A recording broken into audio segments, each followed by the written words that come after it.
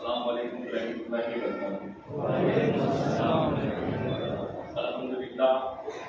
الحمدللہ رب العالمین والعاقبۃ للمتقین والصلاۃ والسلام علی سید الانبیاء والمرسلین، اما بعد فاعوذ باللہ من الشیطان الرجیم، بسم اللہ الرحمن الرحیم۔ فاشکرونی اشکرکم واشکرونی ولا تکفرون۔ آمنت باللہ وصدق اللہ العظیم وبلغنا صدق نبی الرسول الکریم ونحن علی ذلک من الشاہدین والشاکرین والحمدللہ رب العالمین۔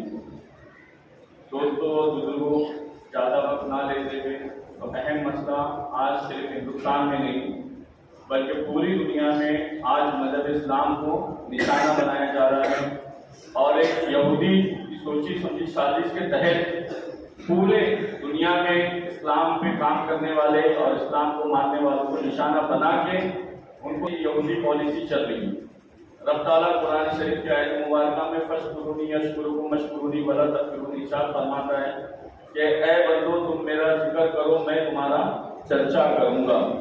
ذکر سے مراد کیا ہے اور چرچے سے مراد کیا ہے؟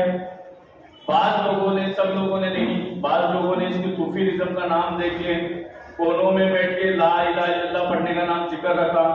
بعض لوگوں نے، غیر مقلدوں لوگوں نے بوریا بستر لے کے گھومنے کا نام ذکر رکھا، بلکہ ذکر یہ نہیں ہے، بلکہ ذکر کفر کے سامنے کرنا ہے۔ ذکر کا اکثر مقصد یہ ہے کہ جہاں کفر اپنے بتوں کی تعریف کرے وہاں تم اپنے رب کی تعریف کرو۔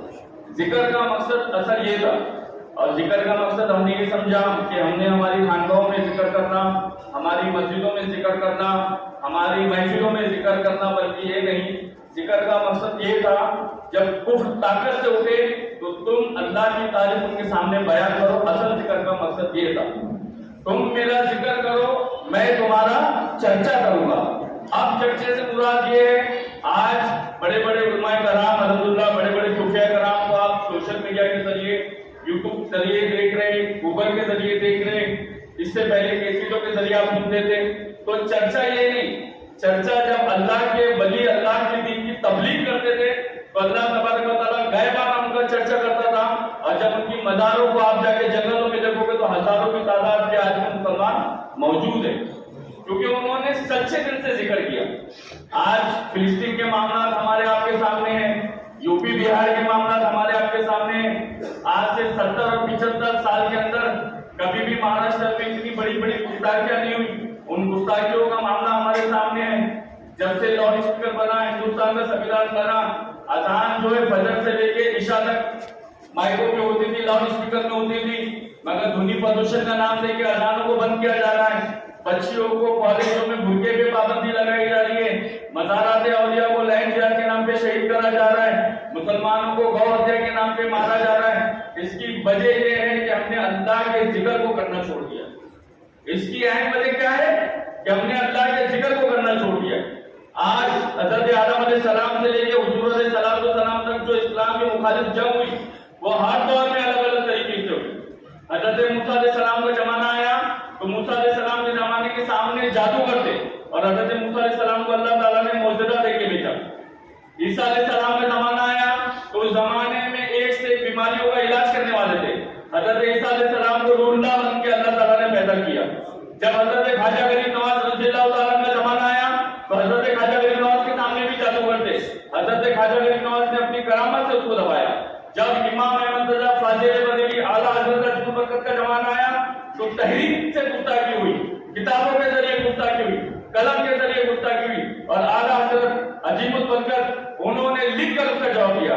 جب ہمارا اور آپ کا زمانہ آیا تو ہمارے اور آپ کے سامنے جب گستاخی ہو رہی تو ہمیں پتہ ہی نہیں کہ جواب کیسے دینا ہے۔ آج سنویدھان کو آگے رکھ کے ناموس رسالت کا مسئلہ پیدا کیا جا رہا ہے، ٹی وی ڈیبیٹوں میں بیٹھ کے پوچھا جا رہا ہے یہ اذان کا مطلب کیا ہے، قرآن کی آیتوں کا مطلب کیا ہے، اذان میں الفاظ کیوں بولے جاتے ہیں، مگر اس کا جواب ہمیں کس طرح دینا ہے ہمیں اور آپ کو پتہ ہی نہیں۔ بڑے افسوس کی بات ہے، ہمیں اور آپ کو پتہ کیوں نہیں ہے؟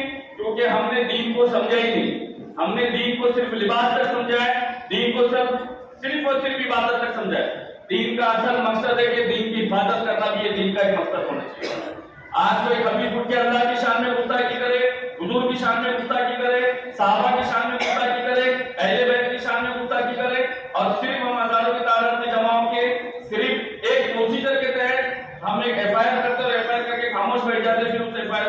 تک نہیں لے جاتے، جس کی وجہ سے پورے ہندوستان میں گستاخوں کی تعداد بڑھی. تو یہ ہماری اور آپ کی ذمہ داری ہے.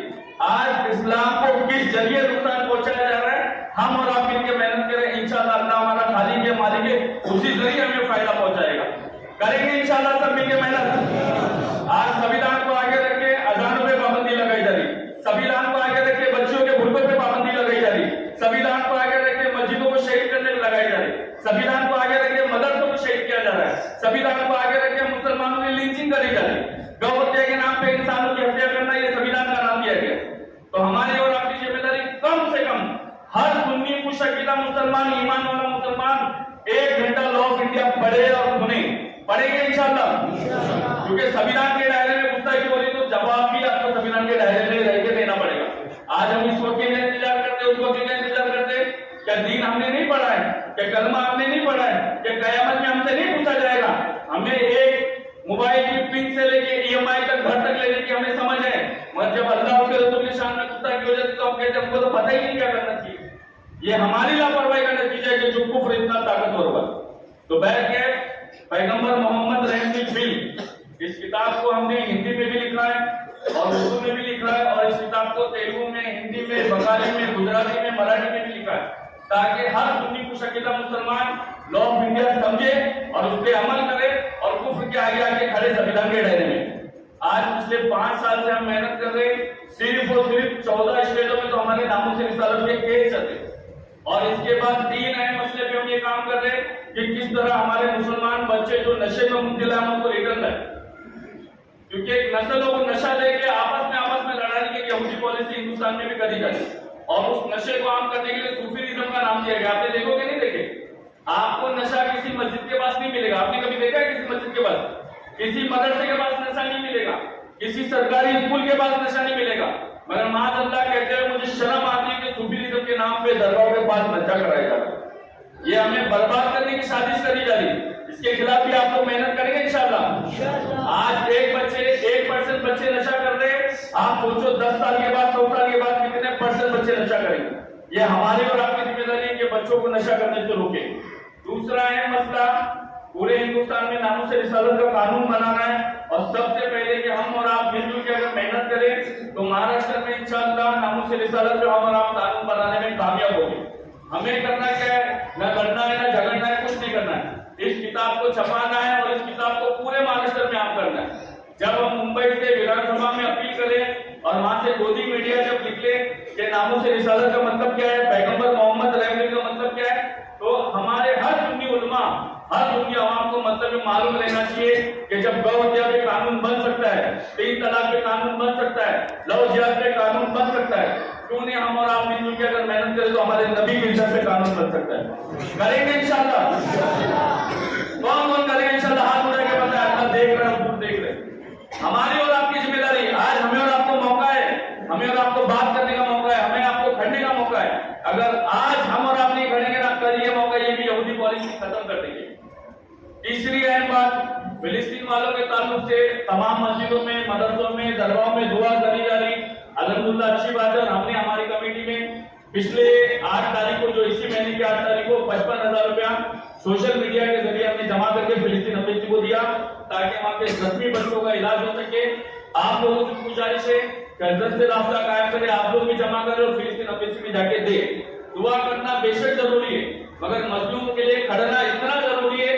تم مظلوموں کے لیے کھڑے گے تو ظالم کا ظلم ویسے ہی ختم ہوگا.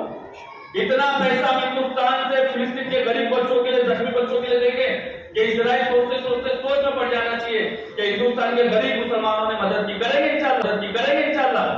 آپ میرے ہاتھ میں نہ دے، ہماری کمیٹی کے ہاتھ میں نہ دے، آپ خود جمع کریں، حضرت کی نگرانی میں دے اور حضرت خود جا کے دیں گے. کیوں؟ کیونکہ آج دعا کب کری جاتی ہے؟ جب میدان عمل میں آ کے کام کیا جاتا ہے. میں دعاؤں کا انکار نہیں کہ دعا نہ کرے، دعا کرے، مگر دعا کے ساتھ میں مالی مدد بھی کرے. کیونکہ آج ہمارا اگر فلسطین والوں سے رشتہ بنے گا، قریبی بنے گی، تو انشاءاللہ کل کے دن فلسطین والوں کی کل کی مدد کرنے میں بھی ہمارے لیے آسانی ہوگی. تو ناموں سے رسالت صلی اللہ علیہ وسلم جو پیغمبر رحمت بل، اس کتاب کو ہم نے اردو میں بھی لکھا ہے، ہندی میں بھی لکھا ہے. اس کتاب کو بنانے میں، اس میں ہمارے یوٹیوب چینل کے لنک بھی ہے، کانٹیکٹ نمبر بھی. اس کتاب کو بنائیں اور حضرت کی نگرانی میں پورے مالیگاؤں میں عام کریں. اس کتاب کو بنانے میں صرف 11 روپے خرچ آتا ہے. اس کتاب کی ہم قیمت نہیں لیتے, آپ خود بنائیں اور بنا کے اپنے پورے مالیگاؤں میں عام کریں, تاکہ قیامت میں یہ نہ کہے کوئی کہ یہ کچھ نہ کر سکے. ہم کچھ تو کر کے دنیا سے جائیں گے نا انشاءاللہ. اور میں انشاءاللہ 1 سے 2 دن مالیگاؤں میں ہوں. اگر آپ لوگ الگ الگ مسجدوں میں مدرسوں میں میٹنگ کرانا چاہتے تو نہ میرا کرایہ بھاڑا ہے, نہ کوئی نذرانہ ہے, نہ کچھ نہیں. فی سبیل اللہ ہم نے ہمارا گھر بار چھوڑ کے لکھا ہے اللہ کی راہ میں, کیونکہ آج ضروری ہے کھل کے کام کرنا.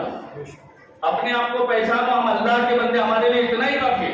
ہم خاتم النبی کی امت ہے, ہمارے لیے اتنا ہی کافی. ہمارا کھانا ان کے کھانے سے افضل ہے, ہماری بیوی, ہمارے بچے, ہماری اولاد ان کے اولاد سے افضل ہے. کیوں ڈرتے ہو ان سے؟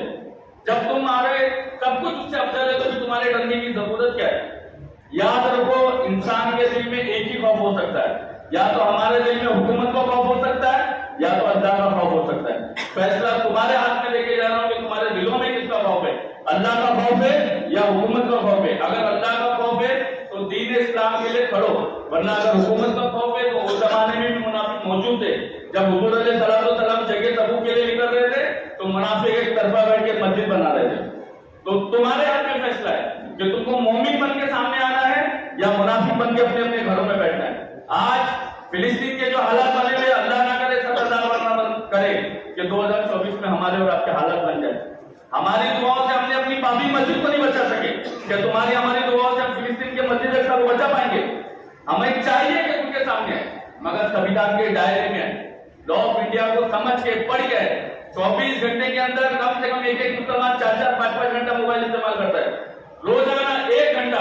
302 کا مطلب کیا ہے, 304 کا مطلب کیا ہے, 295 کا مطلب کیا ہے, 295 A کا مطلب کیا ہے, 153 A کا مطلب کیا ہے, آرٹیکل کا مطلب کیا ہے, IPC کا مطلب کیا ہے. تم یہ پڑھو گے نا تو حکومت تمہارے سامنے گھٹنے دیکھتے ہوئے نظر آئے گی. پڑھو گے انشاءاللہ. جس کو پڑھنا آتا ہے وہ پڑھے, جس کو نہیں پڑھنا آتا وہ یوٹیوب کے ذریعے سنے. آج اس دین اسلام کے لیے کھڑے, کیونکہ قیامت سے لے ازل سے لے کے ازل تک اور شروع سے لے کے آخر تک لوگ اسلام کو دبانا چاہے, اور اللہ کے نیک بندوں نے اسلام کو ابھارا ہے. میں اپنی بات کو یہی ختم کرتا ہوں. آپ فلسطین کی بھی مدد کریں, بچوں کو نشے سے بھی نکالیں, اور ناموس رسالت صلی اللہ علیہ وسلم کا قانون بنانے میں ہماری کمیٹی کا ساتھ دیں. السلام علیکم.